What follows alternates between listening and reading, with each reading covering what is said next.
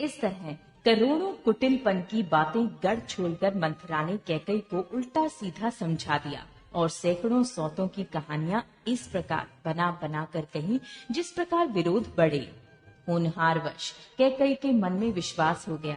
रानी फिर सौगंध दिलाकर पूछने लगी। मंथरा बोली, क्या पूछती हो? अरे, तुमने अब भी नहीं समझा?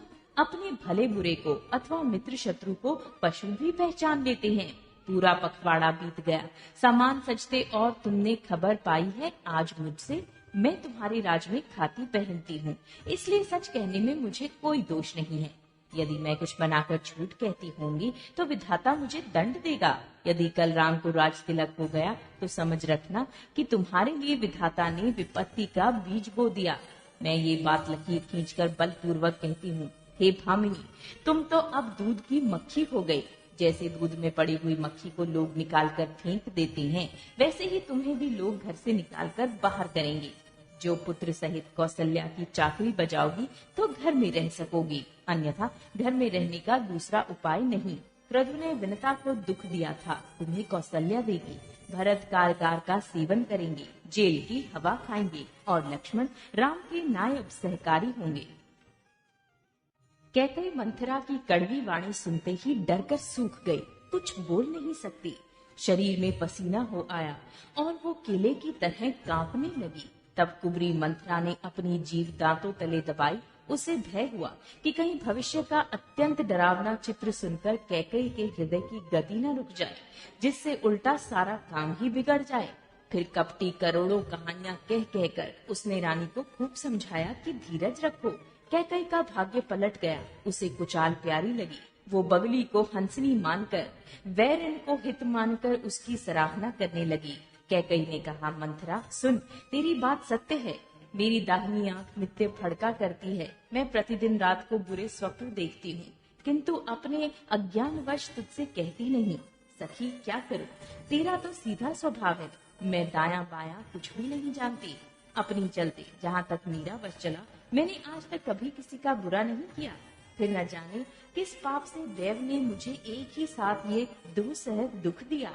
मैं भले ही नहर जाकर वहीं जीवन बिता दूंगी, पर जीते जी सौत की चाकरी नहीं करूंगी। देव जिसको शत्रु के वश में रखकर जिलाता है, उसके लिए तो जीने की अपेक्षा मरना ही अच्छा है। रानी ने बहुत प्रकार के दीन वचन कहे। उन्हें सुनकर कुबरी ने त्रिया चरित्र फैलाया।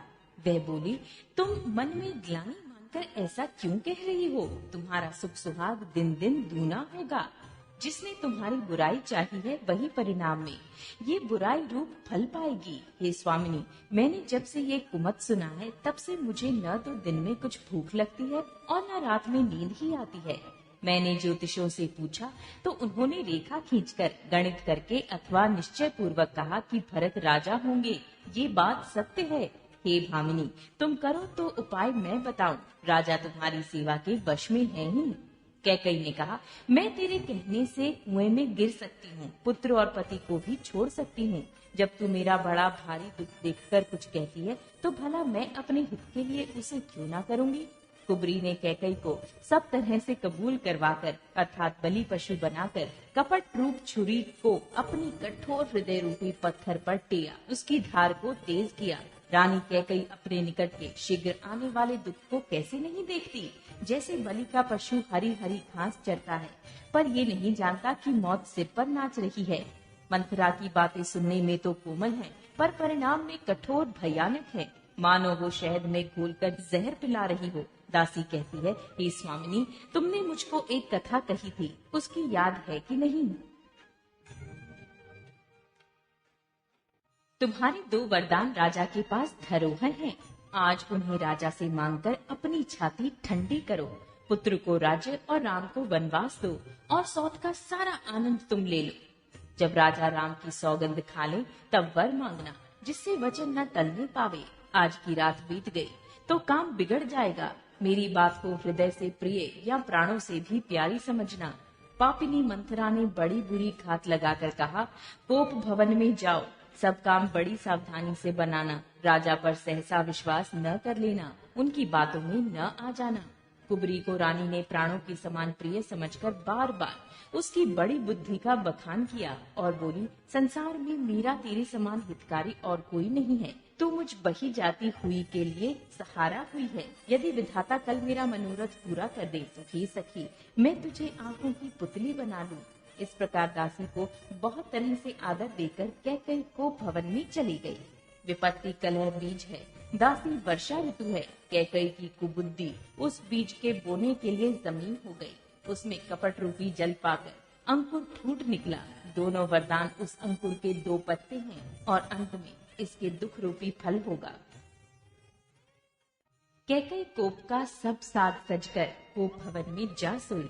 राज्य करती हुई वो अपनी दुष्ट बुद्धि से नष्ट हो गई। राजमहल और नगर में धूमधाम मच रही है। इस कुचाल को कोई कुछ नहीं जानता। बड़े ही आनंदित होकर नगर के सब स्त्री पुरुष शुभ मंगलचार के साथ सज रही हैं। कोई भीतर जाता है, कोई बाहर निकलता है। राजद्वार में बड़ी भीड़ हो रही है। श्री रामचंद्र के बाल सखा राज तिलक का समाचार सुनकर हृदय में हर्षित हो रहे हैं। वे 10-5 मिलकर श्री रामचंद्र के पास जाते हैं। प्रेम पहचान कर प्रभु श्री रामचंद्र जी उनका आदर करते हैं और कोमल वाणी से कुशल क्षेम पूछते हैं।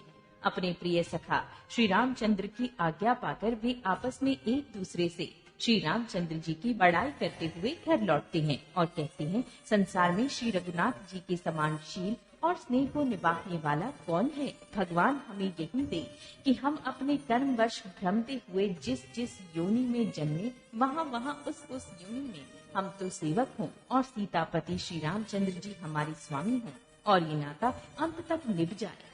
नगर में सबकी ऐसी ही अभिलाषा है, परंतु कैकई के हृदय में बड़ी जलन हो रही है। कुसंगति पाकर कौन नष्ट नहीं होता। नीच के मत के अनुसार चलने से चतुराई नहीं रह जाती। संध्या के समय राजा दशरथ आनंद के साथ कैकई के महल में गए। मानव साक्षात स्नेही शरीर धारण कर निष्ठुरता के पास गया हो। गोप भवन का नाम सुनकर राजा सहम गए। डर के मारे उनका पांव आगे को नहीं पड़ता। स्वयं देवराज इंद्र जिनकी भुजाओं के बल पर राक्षसों से निर्भय होकर बसता है और संपूर्ण राजा लोग जिनका रुख देखते रहते हैं, वही राजा दशरथ स्त्री का क्रोध सुनकर सूख गए। कामदेव का प्रताप और महिमा तो देखिए, जो त्रिशूल वज्र और तलवार आदि की चोट अपने अंगों पर सहने वाला है, वे रतिनाथ कामदेव के पुष्प बाण से मारे गए। राजा डरते डरते अपनी प्यारी कैकई के पास गए। उसकी दशा देखकर उन्हें बड़ा ही दुख हुआ। कैकई जमीन पर पड़ी है, पुराना मोटा कपड़ा पहने हुए है, शरीर के नाना आभूषणों को उतार कर फेंक दिया है। उस दुर्बुद्धि कैकई को ये कुवेशता बुरा वेश कैसी फब रही है, मानो भावी विधवा पन की सूचना दे रही हो। राजा उसके पास जाकर कोमल वाणी से बोले, हे प्राण प्रिय, किस लिए रिसाई, रूठी हो? हे रानी, किस लिए रूठी हो? ये कहकर राजा उसे हाथ से स्पर्श करते हैं तो वे उनके हाथ को झटक कर हटा देती है और ऐसे देखती है मानो क्रोध में भरी हुई नागिन क्रूर दृष्टि से देख रही हो। दोनों वरदानों की वासनाएं उस नागिन की 2 जीभें हैं और दोनों वरदान दांत हैं। वो काटने के लिए मर्म स्थान देख रही है। तुलसीदास जी कहते हैं कि राजा दशरथ होनहार के वश में होकर इसे इस प्रकार हाथ झटकने और नागिन की भांति देखने को कामदेव की क्रीड़ा ही समझ रहे हैं। राजा बार बार कह रहे हैं, हे सुमुखी, हे सुलोचनी, हे कोकिल बयनी, हे गजगामिनी, मुझे अपने क्रोध का कारण तो सुना। हे प्रिय, किसने तेरा अनिष्ट किया? किसके 2 सिर हैं? यमराज किसको देना अपने लोगों को ले जाना चाहते हैं? कह, किस कंगाल को राजा कर दूं या किस राजा को देश से निकाल दूं? तेरा शत्रु अमर देवता भी हो तो मैं उसे भी मार सकता हूँ। बेचारे कीड़े मकोड़े सरीखे नर नारी तो चीज ही क्या है? हे सुंदरी, तू तो मेरा स्वभाव जानती ही है कि मेरा मन सदा तेरे मुख रूपी चंद्रमा का चकोर है। हे प्रिय, मेरी प्रजा, कुटुंबी, सर्वस्व, संपत्ति, पुत्र, यहाँ तक कि मेरे प्राण भी, ये सब तेरे वश में अधीन है। यदि मैं तुझसे कुछ कपट करके कहता हूँ तो हे भामिनी, मुझे 100 बार राम की सौगंध है। तुम हंसकर प्रसन्नता पूर्वक अपनी मनचाही बात मांग ले और अपने मनोहर अंगों को आभूषणों से सजा। मौका बेमौका तो मन में विचार कर दे। हे प्रिय, जल्दी उस बुरे वेश को त्याग दे। ये सुनकर और मन में राम जी की बड़ी सौगंध को विचार कर मंद बुद्धि कैकई हंसती हुई उठती और गहने पहनने लगी, मानो कोई भीलनी मृग को देखकर फंदा तैयार कर रही हो।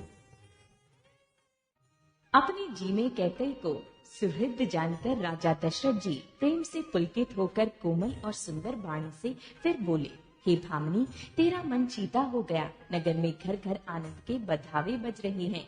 मैं कल ही राम को युवराज पद दे रहा हूँ, इसलिए हे सुनैनी तुम मंगल साथ सज। ये सुनते ही उसका कठोर हृदय दलक उठा, फटने लगा, मानो पका हुआ बाल तोड़ थोड़ा छू गया हो। ऐसी भारी पीड़ा को भी उसने हंसकर छिपा लिया, जैसे चोर की स्त्री प्रकट होकर नहीं रोती, जिसमें उसका भेद न खुल जाए। राजा उसकी कपट चतुराई को नहीं लख रहे हैं, क्योंकि वो करोड़ों कुटिलों की शिरोमणि गुरु मंथरा की पढ़ाई हुई है। यद्यपि राजा नीति में निपुण है, परंतु त्रिया चरित्र अथाह समुद्र है। फिर वो कपट युक्त प्रेम बढ़ाकर, ऊपर से प्रेम दिखाकर नेत्र और मुंह मोड़कर हंसती हुई बोली, हे प्रियतम, आप मांग मांग तो कहा करते हैं, पर देते लेते कुछ भी नहीं।